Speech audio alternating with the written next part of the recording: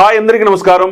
Megastar Chiranjeevi గారు భారతదేశంలోనే ఒక పెక్యూలియర్, ఒక గొప్ప నటుడే కాకుండా గొప్ప వ్యక్తిత్వం ఉన్న వ్యక్తి కూడా.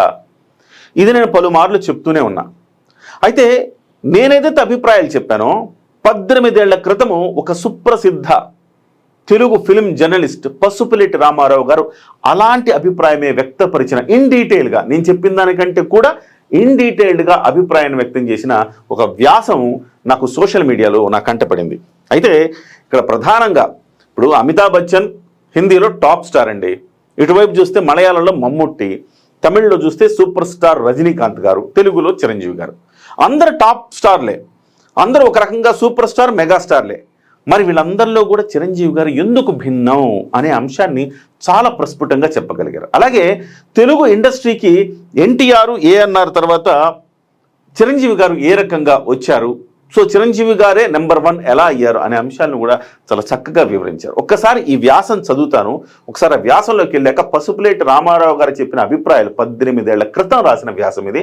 ఆయన చెప్పిన అభిప్రాయాలు నేటికి అవి అజరామరంగా ఎలా ఉన్నాయనేది మనం మాట్లాడుకుందాం. So great NTR to Chiranjeevi. 76 ఏళ్ల తెలుగు చలనచిత్ర సీమలో, అంటే ఇది 2007లో 75 సంవత్సరాల వజ్రోత్సవాలు జరుపుకున్నాం. 1931లో తెలుగు సినిమా చరిత్ర ప్రారంభమైతే 2007లో మనం జరుపుకున్నాం. అంటే 2007 ఆ ప్రాంతాల్లో వజ్రోత్సవం జరుపుకుంటున్న వేళ రాసిన వ్యాసం ఇది. సో 76 ఏళ్ల తెలుగు చలనచిత్ర సీమలో ఎందరో మహానుభావులు ఉద్భవించారు. అద్భుతమైన ప్రతిభా పాఠవాలతో తెలుగు ప్రేక్షకులకే కాక చుట్టుపక్కల భాషల్లో కూడా నటించి తెలుగు వారికి, తెలుగు చిత్రరంగానికి పేరు ప్రఖ్యాతులు తెచ్చిపెట్టారు. అయితే చరిత్రను ఒక్కసారి తిరిగేస్తే ఎన్నో చిత్ర విచిత్రాలు అగుపిస్తాయి.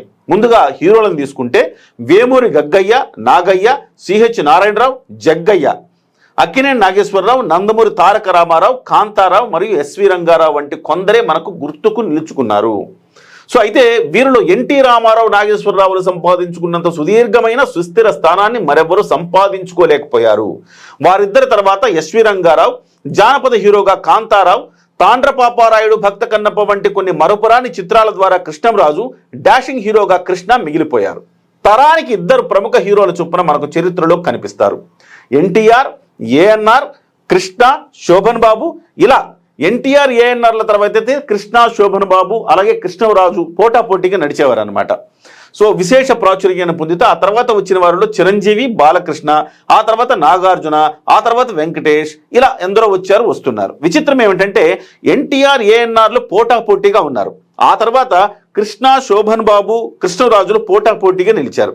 వీరి తర్వాత వచ్చిన చిరంజీవికి పోటీగా ఎవరూ లేరు. ఇది ఈ పాయింట్ మనం నోట్ చేసుకోవాలి. చిరంజీవి ఆ తర్వాత వచ్చారు. ఎన్టీఆర్, ఏఎన్ఆర్ పోటాపోటీగా నడిచింది, కానీ చిరంజీవి వచ్చిన తర్వాత చిరంజీవి ఏకపక్ష విజయాలు సాధించారు. ఏకఛత్రాధిపత్యం అంటారు కదా, అలా ఏకఛత్రాధిపత్యం సాధించారు. చిరంజీవికి పోటీగా ఎవరూ లేరు. ముందు వెనుక బ్యాక్గ్రౌండ్ కూడా లేదు. కేవలం ఒక చిన్న వేషాలతో ప్రారంభమైన చిరంజీవి కెరీర్ విలన్గా మలుపు తిరిగి హీరోగా మారి అనంతరం ఖైదీ చిత్రంతో ఎదురులేని తిరుగులేని హీరోగా నిలిచిపోయారు. ఎన్టీఆర్ది సమ్మోహన శక్తి. మనం ముందే చెప్పుకున్నట్టు మన ఫిలిం ఇండస్ట్రీలో ఎందరో ప్రతిభావంతులు ఉన్నారు, తెలుగు చిత్రసీమను ప్రభావితం చేశారు. అయితే ఎన్టీఆర్, ఏఎన్ఆర్లది సాటి లేని స్థానం. 4 దశాబ్దాల పాటు తెలుగు చలనచిత్ర రంగంలో మకుటం లేని మహారాజుల్లా వారిద్దరూ వెలుగొందారు. వారి కష్టఫలితమో, వారి స్వయం కృషో, వారి అదృష్టమో కానీ వారిద్దరికీ చరిత్రలో శాశ్వతంగా నిలిచిపోయే పాత్రలు లభించాయి. ఆ పాత్రలు వారిద్దరిని అజరామరం చేశాయి. ఎన్టీఆర్కు పర్సనాలిటీ ఒక ఎస్సెట్ కావడంతో పౌరాణిక పాత్రధారణతో తెలుగు ప్రేక్షకులనే కాదు భారతదేశ ప్రేక్షకులను సైతం సమ్మోహితపరిచాయి. ముఖ్యంగా ఎన్టీఆర్ అందం, శరీర ఛాయ, ఆజానుబాహుత్వం, వీటికి తోడు పౌరాణిక పాత్ర పోషణలో ఆయన చేసిన కృషి ఎన్టీఆర్ ద గ్రేట్ అనిపించాయి. ఆ ఎన్టీఆర్, ఈ చిరంజీవి 4 దశాబ్దాల క్రితం తెలుగు సినీ కళామ తల్లికి ఎన్టీఆర్, ఏఎన్ఆర్ వంటి ఆణిముత్యాల లాంటి బిడ్డలు లభిస్తే ఆ తర్వాత ఆ తల్లి చిరంజీవిని చూసి మురిసిపోయింది. ఎన్టీఆర్, ఏఎన్ఆర్లా ఈ చిరంజీవికి నాటకానుభవం లేదు. ఎన్టీఆర్ వంటి అందచందాలు లేవు. అయినా ఈ చిత్రసీమలో తాను నెగ్గుకొచ్చాడు. ఎలా? స్వయం కృషి. తన స్వయం కృషే తనకు వరల్లా నిలిచింది. ఎన్టీఆర్, ఏఎన్ఆర్ల కాలంలో దర్శకులు ఆర్టిస్టుల్ని, ముఖ్యంగా హీరోలని స్థానబెట్టేవారు. పెద్ద పెద్ద దర్శకులు ఉండేవాళ్ళు ఆ రోజుల్లో.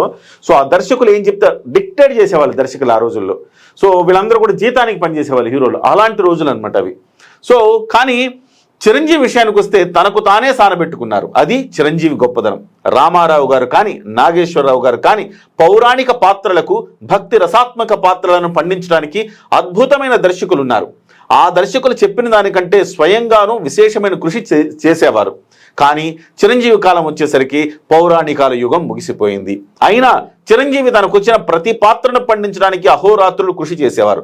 ఆ తర్వాత అదే ఆయన విజయ రహస్యమై కూర్చుంది. నిజమే, ఎన్టీఆర్కున్న సమ్మోహన శక్తి ఏ హీరోలకు లేదనే చెప్పాలి. అంతవరకు ఆయన విమర్శించిన వ్యక్తి కూడా ఆయన రాగానే లేచి నిలబడి చేతులెత్తి నమస్కరించేది. ఒక ఆరా ఉంటుంది. ఎన్టీఆర్ కూడా ఒక ఆరా ఉండేదన్నమాట. అదిగో అలాంటి ఆకర్షణ శక్తి చిరంజీవిలో కూడా ఉంది. ముఖ్యంగా ఆయన అందమైన కళ్ళలో ఆ శక్తి ఉంది. ఒక కళ్ళు చాలా సచ్ పవర్ఫుల్ ఐస్ అంటారు అనమాట. చిరంజీవి గారి మెగా ఫ్యామిలీలో ఆ పవర్ఫుల్ ఐస్ ఉన్నాయి. చిరంజీవి గారికి, ఆ తర్వాత పవన్ కళ్యాణ్ గారికి, ఆ తర్వాత రామ్ చరణ్ గారికి కూడా ఐస్ అట్లానే వచ్చినాయి అనమాట. అది వాళ్ళ అదృష్టం. సో అద్భుతమైన అయస్కాంతం ఉంది ఆ కళ్ళలో. ఆ కళ్ళు అందంగా పలకరిస్తాయి, నిప్పులు కురిపిస్తాయి. అలాంటి కళ్ళను ఇంతవరకు మనం ఏ హీరోల్లోనూ చూడం.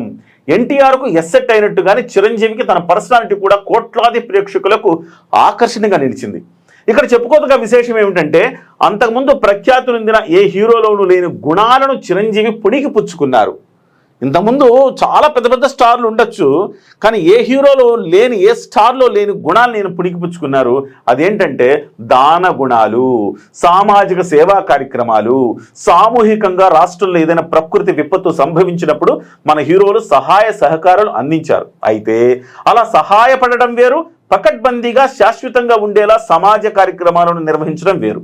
ఇటువంటి కార్యక్రమాలను విజయవంతంగా నిర్వహించడానికి ముందు కావాల్సింది దయార్ద్ర హృదయం. నేను అంటూ ఉంటా కదా, ఆ తడి హృదయంలో తడి ఉంది అంటూ ఉంటాను కదా, ఆ దయార్ద్ర హృదయం ఉండాలి. చాలామంది ప్రకృతి విపత్తులు వచ్చినప్పుడు క్రికెట్ ఆడారు, జోలె పట్టారు. రామారావు గారు ఉన్నప్పుడు కూడా ఇవన్నీ చేశారు సహాయ కార్యక్రమాలు. కానీ అట్లా కాదు, వ్యవస్థను ఏర్పాటు చేశారనమాట. ఒక బ్లడ్ బ్యాంకు, ఐ బ్యాంకు, అట్లా కంటిన్యూస్గా జరిగేలాగనమాట. సో దయార్ద్ర హృదయం ఉండాలి. ఆ తర్వాత కార్యక్రమంలో పెట్టే శక్తి యుక్తులు ఉండాలి. వీటిని పుష్కలంగా చిరంజీవి కలిగి ఉండడంతో, ముఖ్యంగా పేదల పట్ల, సమాజం పట్ల సహాయపడాలనే సేవా దృక్పథం కలిగి ఉండడంతో నేత్ర రక్తదాన కార్యక్రమాలలో విజయాన్ని సాధించి కోట్లాది జనం యొక్క ప్రశంసలు, ఆశీస్సులు అందుకుంటున్నారు. చిత్రరంగం ద్వారా సంపాదించిన డబ్బులో సినిమాలు తీయటం, స్టూడియోలు కట్టడం, ఇది చాలా ఇంపార్టెంట్ పాయింట్ గురు, మీరు నోట్ చేసుకోవాలి. డబ్బులు చిత్రరంగంలో తీసిన తర్వాత ఏం చేశారండి? అందరూ స్టూడియోలు కట్టారు, ఎకరాలు భూములు కొన్నారు, రియల్ ఎస్టేట్ వ్యాపారాలు చేశారు, పెద్ద పెద్ద స్థాయికి చేరుకున్నారు. కానీ చిరంజీవి గారి గురించి మనం విన్నామా? స్టూడియో ఇప్పటివరకు చిరంజీవి గారు కట్టారా? కట్టమని ఎంతో మంది చెప్తున్నా కానీ ఆయన డబ్బు ఎక్కడుంటే అక్కడ ఆ డబ్బుని సేవా కార్యక్రమాలు పెట్టడం తప్ప, స్టూడియోలు కట్టాలి, నేను ఎకరాలు భూములు కొనేయాలని ఆయన ఒక రియల్ ఎస్టేట్ వ్యాపారులాగా ఏదో భూములు కొనొచ్చు, కొనకుండా ఎవరు ఉంటాం? డబ్బులు ఉన్నప్పుడు భూములు కొనుక్కుంటాం. అట్లా కాకుండా దాన్ని వ్యాపార రూపంలోకి తీసుకెళ్ళలేదు చిరంజీవి గారు. సో చిత్రరంగం ద్వారా సంపాదించిన డబ్బులు సినిమాలు తీయడం, స్టూడియోలు కట్టడం, రికార్డింగ్ థియేటర్లు, సినిమా థియేటర్లు నిర్మించడం, లేదా రియల్ ఎస్టేట్ వ్యాపారాలు చేయడం, ఫ్యాక్టరీలు కట్టడం, ఇంతవరకు జరుగుతుంది. కానీ చిరంజీవి వాటికి భిన్నంగా రక్త నేత్రదాన కార్యక్రమాలను నిర్వహిస్తున్నారు. ప్రపంచంలో రక్తదాన, నేత్రదాన కార్యక్రమాల ద్వారా సహాయపడుతూ ఆ కార్యక్రమాన్ని ఒక వ్యవస్థలా మార్చి, నేను చెప్పాను, సిస్టంలోకి తీసుకొచ్చాడు. మార్చిన ఘనత మాత్రం చిరంజీవికి దక్కుతుంది. ఇవి నిర్వహిస్తూనే చదువులేని పేదలకు, బాలల హార్ట్ ఆపరేషన్లకు మొదలైన వాటికి తన వంతు సహాయాన్ని అందిస్తూ వస్తున్నారు. అందుకే 76 ఏళ్ల తెలుగు సినీ చరిత్రలో కనిపించని హీరోగా చిరంజీవి చిరస్థాయిని పొందారు. చిరంజీవితో పోల్చదగిన హీరో లేరు అనటం అతిశక్తి కానే కాదు. నేను ఎప్పుడు చెప్పేది అదే. అందుకే ఆయన తెలుగునాట చిరంజీవి, మనం గర్వపడాలి. సో నేను అంటాను, ఒక చిన్న ఫైనల్ వర్డ్ ఒకటి చెప్తాను. చిరంజీవిని చూసి ఇన్స్పైర్ అయిన వాళ్ళు కొన్ని లక్షల మంది ఉన్నారు. కొన్ని కోట్ల మంది ఆయన అభిమానిస్తారు, కానీ కొన్ని లక్షల మంది ఆయన చూసి విజయం సాధించారు. సో ఒక్కొక్క విజయం సాధించిన వ్యక్తి కలెక్టర్. మరి ఎన్టీఆర్ను చూసి, ఏఎన్ఆర్ను చూసి స్ఫూర్తి పొంది విజయాలు సాధించలేదా అంటే, వాస్తవానికి ఎన్టీఆర్, ఏఎన్ఆర్కి సంబంధించి, లేకపోతే ఇప్పుడున్న బాలకృష్ణ, వెంకటేష్, నాగార్జున వీళ్ళందరి గురించి చూస్తే కనుక వాళ్ళు ఆటోమేటిక్గా వాళ్ళు ఈ స్వయం కృషితో ఎదిగారని చెప్పడానికి అవకాశం లేదు. ఎందుకంటే ఆ రోజుల్లో, పిచ్చి రోజుల్లో, ఆ రోజుల్లో కొంత నాటకరంగం అప్పుడప్పుడే అభివృద్ధి చెంది ఆ నాటకరంగం తీసుకొచ్చి పెట్టేవాళ్ళు. అట్లా కాదు, కాంపిటీషన్ విపరీతంగా ఉన్నప్పుడు అడుగు వేసుకుంటూ రాయి పేర్చుకుంటూ స్వయం కృషి అంటే దానికి నిలువెత్తు నిదర్శనం చిరంజీవి గారు. సో ఎవరైనా స్వయం కృషితో ఎదిగిన చిరంజీవి గారిని చూసి స్ఫూర్తి పొందుతారు. సో ప్రతి సామాన్యుడు తనలో తాను చిరంజీవిని చూసుకుకెళ్తాడు. సామాన్యుడు బాలకృష్ణ చూసుకోగలుగుతాడా? సామాన్యుడు వెంకటేశ్వరం చూసుకోగలుగుతాడా? సామాన్యుడు నాగార్జున గారిని చూసుకోగలుగుతాడు? చూసుకోలేరు, ఎందుకంటే వాళ్ళంతా స్టార్ కిడ్స్. కానీ ఈవెన్ సామాన్యుడు రామ్ చరణ్ చూసుకోగలుగుతాడా? సామాన్యుడు జూనియర్ అని చూసుకోలేరు, వీళ్ళంతా స్టార్ కిడ్స్. కానీ చిరంజీవి అలా కాదు, ఆయన సెల్ఫ్ మేడ్ పర్సన్ అన్నమాట, స్వయం కృషితో ఎదిగిన వ్యక్తి. అలాంటి స్వయం కృషితో ఎదిగిన చిరంజీవి గారు కొన్ని కోట్ల మందికి ఆదర్శమయ్యారు, కొన్ని లక్షల మంది ఆయన స్ఫూర్తిగా తీసుకుని విజయాలు సాధించారు. కొంతమంది కలెక్టర్లు అయ్యారు, కొంతమంది పారిశ్రామికవేత్తలు అయ్యారు. అంటే వాళ్ళది ఏ రంగమైనా కానీ చిరంజీవిలా కష్టపడాలరా మనం, చిరంజీవిలాగా. అంటే ఎట్లా నానుడు వచ్చేసిందంటే, మీ నాన్న ఏమన్నా చిరంజీవి అనుకున్నావా అంటారు, అంటే లేదా నువ్వేమైనా చిరంజీవి అనుకున్నావు అంటే చిరంజీవి అంటే గొప్ప అంతే. సో అట్లా కష్టపడి ఎదగటానికి ఆయన ఒక ఉదాహరణగా మారిపోయారు చిరంజీవి గారు. సో చిరంజీవి గారి చరిత్ర అప్పటికీ ఇప్పటికీ ఎప్పటికీ అజరామరం. ఆ రోజు పసుపులేటి రామారావు చెప్పిన, ఈరోజు కిరణ్ పోలుదాస్ చెప్పిన, మనం ఇంకొక 10 ఏళ్ల తర్వాత ఇంకొకళ్ళు చెప్పిన, చిరంజీవి గారి చరిత్ర అజరామరం. ఆనాటి నుంచి నేటి వరకు చిరంజీవి గారు అదే వ్యక్తిత్వంతో ఉన్నారు. ఎక్కడ ఇసుమంత పద్మభూషణుడయ్యాడు, పద్మ విభూషణుడయ్యాడు, రేపు భారతరత్న కూడా అవుతాడు కావచ్చు. కానీ వినమ్రత, ఒక్క విమర్శ లేకుండా, అంటే డౌన్ టు ఎర్త్ ఉండటం, సింపుల్గా ఉండటం, అందరివాడిగా ఉండటం అనేది సాధ్యం కాదండి. అది చాలామందికి అంటే రేర్ పీసెస్ అంటారు అనమాట. అట్లా చిరంజీవి గారు ఇవాళ అలాంటి చిరంజీవి గారు మనవాడు, మన తెలుగువాడు, మనోడు అవడం మనందరికి గర్వకారణం.